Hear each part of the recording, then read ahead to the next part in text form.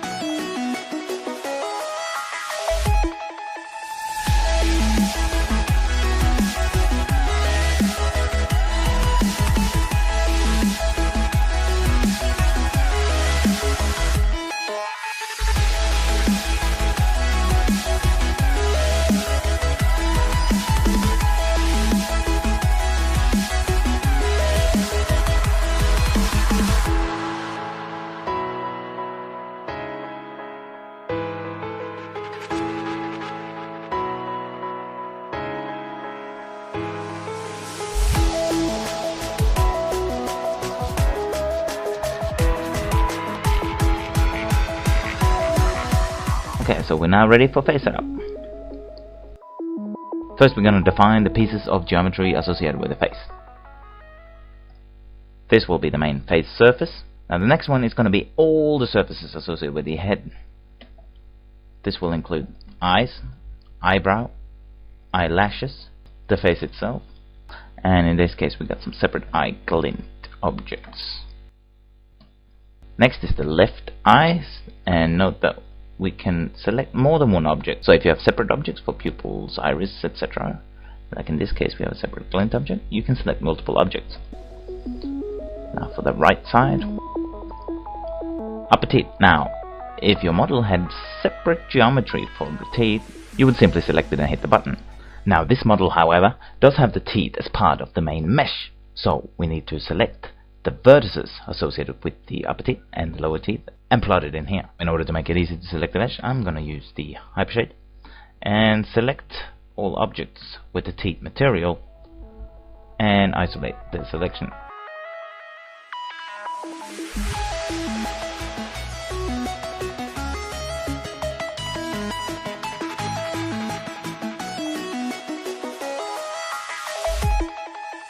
Next we're on to the loops section.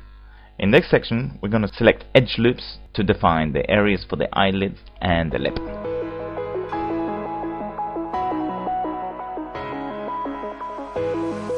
Here we find an interesting scenario. I'm double clicking on the edge to get the edge loop around the eye. However, the model topology does not have the loop running around the eye. But that is not a problem. We will simply adjust the selection to make our own loop.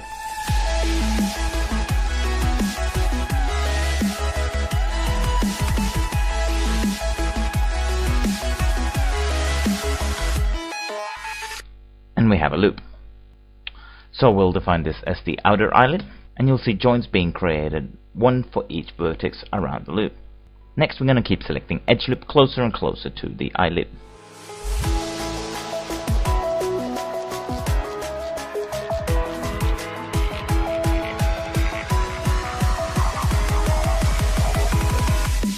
Now that I've reached this edge loop quite close to where the eye would completely close during a blink, I'm going to define this as the inner eyelid. But I'm going to go ahead and define one more edge loop to make sure all these points are included when closing the eye. Next we're moving on to the lip loops.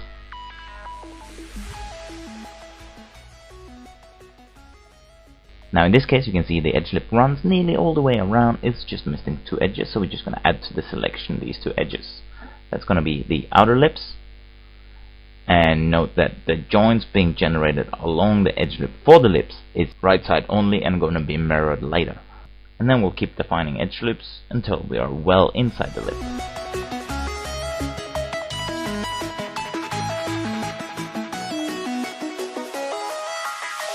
At this point it's starting to get a little bit tricky to select the edge loop, as the next ones are on the inside of the mouth. But here's a quick trick to make it easier to select it, using soft mode.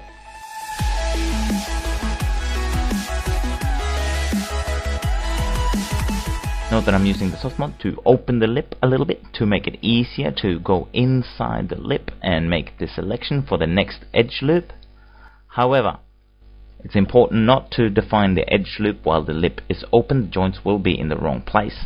So what I've done is a quick animation on the soft mode, so I can scrub back in time. Now I have the correct edge loop selected, scroll back in time, it's at the right position, and that's the next lips. Alright, now next is vertices. Now in this section there's a handful of points that needs to be defined across the face, and the way to do it is to select vertices on the model and hit the buttons as you go through. Now to help keep track of them all, there are little checkboxes for the ones that are done, and there's a little help image showing you where the point goes.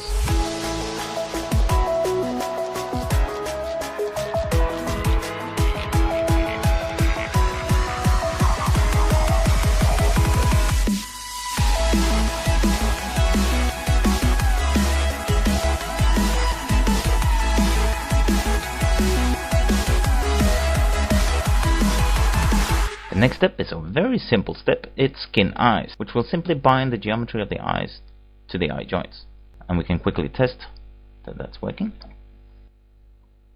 The next section is called jaw curve, and this is doing the weighting for the jaw. We start off with creating a jaw curve. Now this curve we can quickly adjust in the side view to define the shape of the deformation we want on the jaw.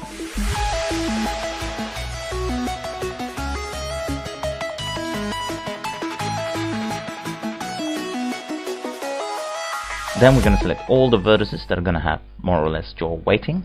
There's a help image showing you roughly the area that you're after. This is best selected from the side view.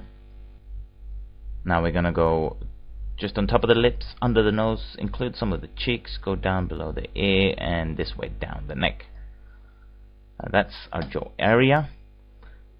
We're going to hit skin jaw, and we can test the deformation with this slider. Next section is called the head squash. It's got a little asterisk indicating this is an optional section, and it applies best to cartoony characters. Now we're going to go ahead and add this.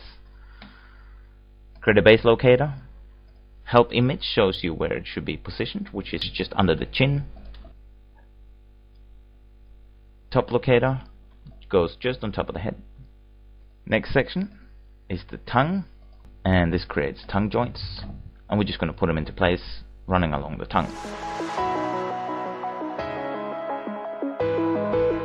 Next section is also optional. It's the cage. Now we'll go ahead and run this, and once the cage has been created, you might want to just fine-tune some of the points that might have ended up inside the surface. Just push them back out. Then create the head cage. Now the purpose of the head cage is to isolate the deformation of the facial expression so it doesn't start deforming things like the top of the head or the back of the head. Then the eyelid is going to create a small cage running right along the eyelid, and the purpose of that is to isolate the deformation coming from the cheek and the eyebrows so that it does not affect the shape of the eyelid at all. This is optional. For some cartoony looking characters, this might be actually something that you're after, so you lift an eyebrow and it changes the shape of the eye. Next, it's time to build the face setup.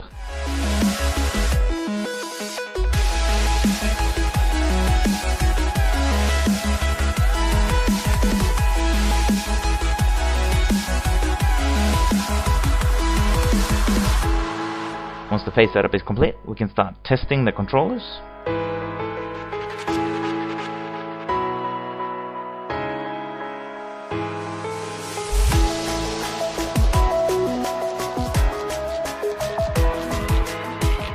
So let's have a quick look at the last two sections of the face setup tool. This is the tweak lip fall off, which is essentially controlling this area around the lip. You only need to adjust this if finding hard creases in the deformation around the lip as you move the lip corner, but in this case it's looking good. And this is the blend shape tweaker.